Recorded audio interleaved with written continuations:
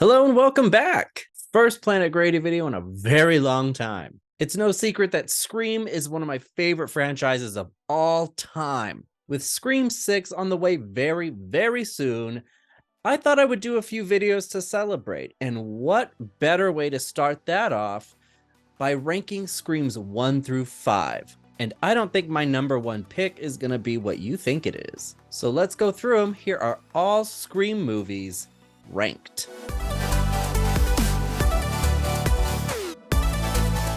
For this list, I am, of course, only considering the franchise films, which means everything from the TV series is going to be left out. Number 5, Scream 3. Scream 3 had a bizarre journey during its production. It was the first of the films to not be written by Kevin Williamson due to scheduling conflicts, and the new writer, Aaron Kruger, was completely unfamiliar with the first two films, so much so that Wes Craven actually had to assist with rewrites, which happened so frequently.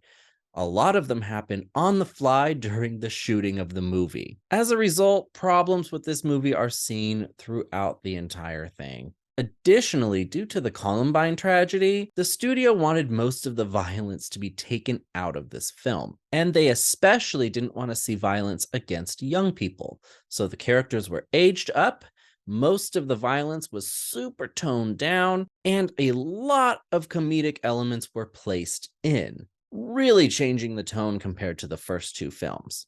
Neve Campbell also was a busy person during this time. She was filming Party of Five still, she was filming Drowning Mona, so she had her own scheduling conflicts, which meant that her role, even as the main character, had to be reduced significantly. She was only available for a couple weeks, and she ended up having to wear a wig because for Drowning Mona, her hair had to be wildly different than typical Sidney Prescott.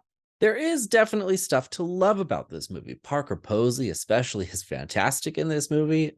I would watch it just for her, but it is a result of a hurricane of messy setbacks, and it definitely shows. And while always intended to be the final installment of the franchise, it pretty much ensured that it would be anyway, effectively killing the franchise for about 10 years, until the next one on my list. Number 4, Scream 4. After a decade of silence and letting everybody process the tragedy of Scream 3, Kevin Williamson and Wes Craven reunited to make the fourth installment. During a time where only remakes of horror movies were being released, Craven and Williamson thought it would be really smart for Scream to come back and make a commentary on that. So they create a new meta story where somebody is trying to recreate and make a remake of the murders of Woodsboro from the original Scream. And then they even marketed Scream 4 as a remake, hiding the 4 in the title, which actually is kind of genius. And by amping up the violence, giving better action, and way more story cohesion, the film is definitely a step back into the right direction for the franchise. However, Williamson seems to be a bit rusty writing these characters for this installment, and a little rusty writing about young people in general. Craven, unfortunately, also seems to be a bit rusty, and even before Scream 4 was released, he had had a couple lackluster horror movies released,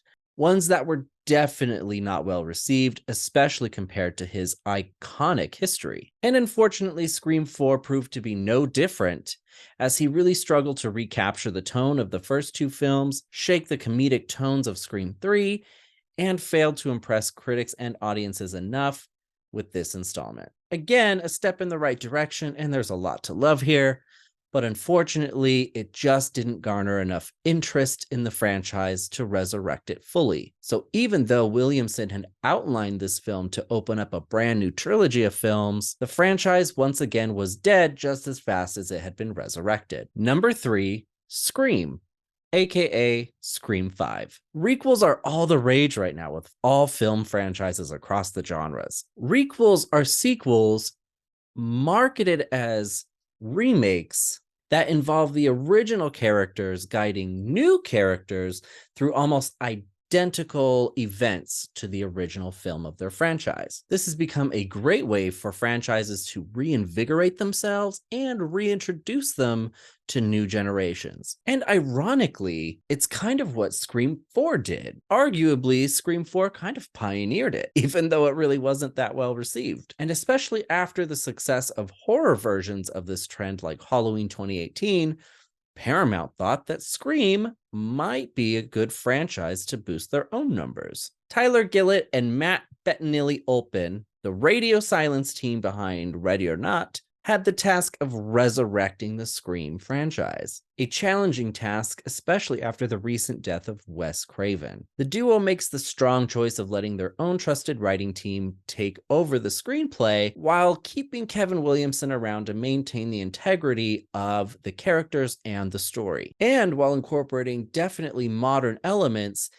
they stick true to the original tone of the first film and successfully recapture it and treat it as a love letter to Wes Craven himself. That being said, the story writing here does have its own problems. At times, it relies too heavily on elements of the weaker sequels, and by the middle and end of the film have some pretty shaky plot details and structure that ultimately don't allow the film to completely stick the landing. Additionally, the film often also feels like it's treading on territory already kind of covered in Scream 4. However, while not perfect, the film successfully does what the previous two installments could not, and that's resurrect the franchise, recharging it in such a way that now we have even more Scream content to look forward to very quickly. Number 2, Scream. While it probably seems sacrilegious to many of you that I didn't make the original Scream movie number 1, for me, this is where the original belongs. I love the original movie, and not only did it reinvigorate the slasher subgenre of horror films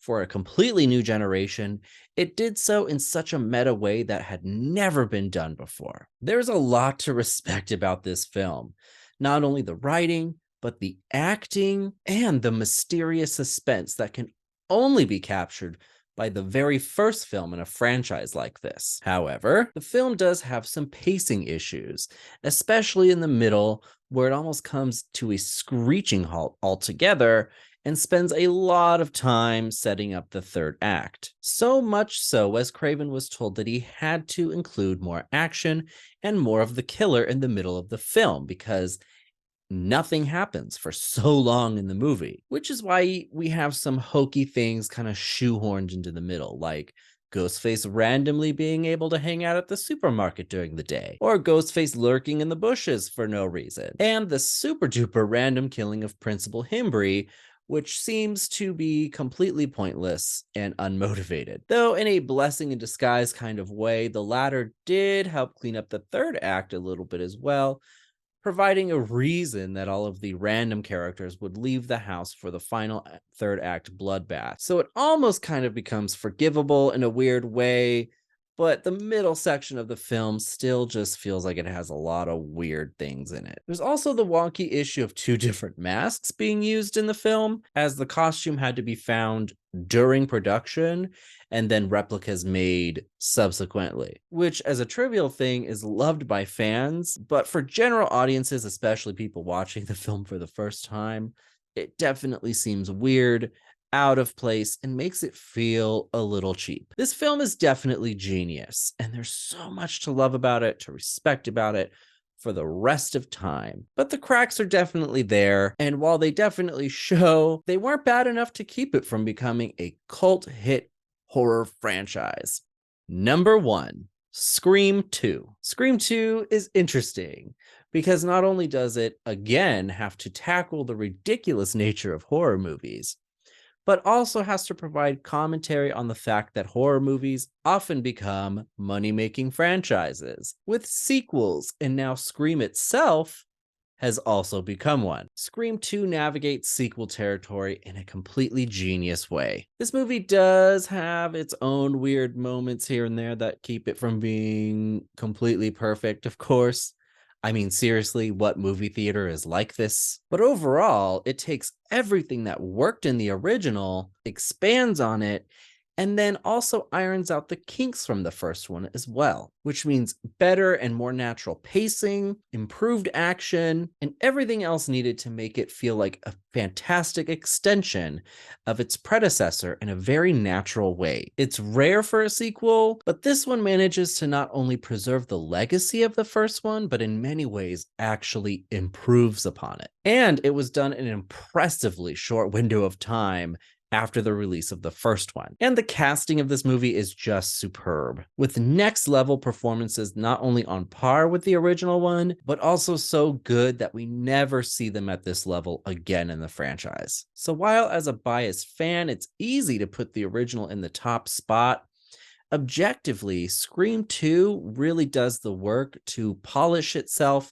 and be a real example of what the franchise truly has to offer. It's amazing. But of course, these are my rankings, and all of that is subjective. So it's totally fine if your rankings are different than mine. And I'd love to know what your rankings are if you'd like to share them. Which one was the top spot on your list? Also, if you like talking about this kind of stuff just as much as I do, hit the subscribe button if you haven't done that already, and stick around. There's also all kinds of other random content on this channel that you may enjoy. And additionally, there's social media information in the description below. I don't always use it on the official channel one. My personal one is down there if you want to give me a follow. Thanks for stopping by, and I will see you next time.